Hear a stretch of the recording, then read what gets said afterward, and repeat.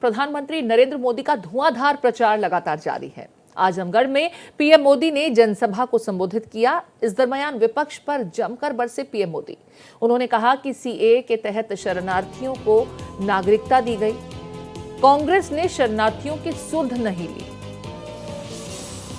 तो आजमगढ़ के जनसभा में प्रधानमंत्री नरेंद्र मोदी विपक्ष पर जमकर बरसे।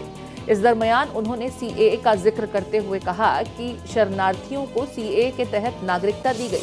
हालांकि कांग्रेस राज में शरणार्थियों की सुध कभी नहीं ली गई। कांग्रेस सिर्फ वोट बैंक की राजनीति करती है। लगातार देखिए धुआंधार अंदाज में प्रधानमंत्री नरेंद्र मोदी का प्रचार जारी है। आजमगढ़ में आज जनसभा को संबोधित करते हुए सीएए पर बोले और विपक्ष पर जमकर बरसे और उन्होंने कहा कि कांग्रेस सिर्फ वोट बैंक की राजनीति करती है। हमने सीएए के तहत शरणार्थियों को नागरिकता दी, लेकिन कांग्रेस ने कभी इनकी सुध तक नहीं ली। कांग्रेस के गलत इरादे जनता समझ चुकी है। आज तक ये इंडी गठबंधन वाले कहते हैं कि मोदी ये जो सीएए लाया है ना, जिस दिन मोदी जाएगा ये सीएए भी जाएगा।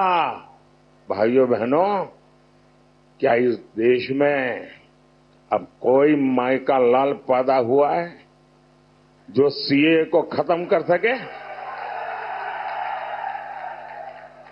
ये देश की जनता जान गई है, देश का हर नागरिक जान गया है कि आप लोगों ने वोट बैंक की राजनीति करके हिंदू मुसलमान को लड़ा करके और सेक्युलरिज्म का ऐसा चोला पहन लिया था कि आपकी अंदर की पाप की सच्चाई बाहर नहीं आती थी। ये मोदी है जिसने आपका नकाब उतार दिया है। ये मोदी की गारंटी है। देश विदेश कहीं से भी जो भी ताकत इकट्ठी करनी है कर लो। मैं भी मैदान में हूं, तुम भी मैदान में हो। आप सीएए नहीं मिटा पाओगे।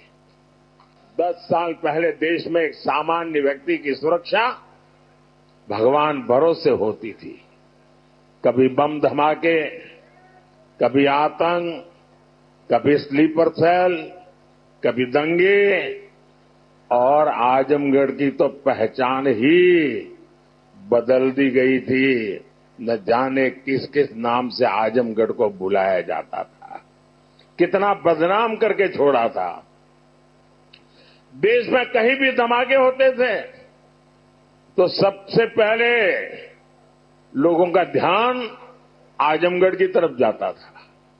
लोग आजमगढ़ की चर्चा करते थे और तब यहां समाजवादी पार्टी की सरकार आजमगढ़ की प्रतिष्ठा के लिए न कुछ सोचती थी न कुछ करती थी। तब सपा के शहजादे आतंक के समर्थन में दंगाइयों का सम्मान करते थे।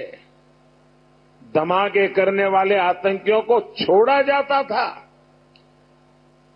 स्लीपर सेल्स को राजनीति का कवर दिया जाता था। इसी रवैये के कारण देश भर में आतंकवाद फला फूला।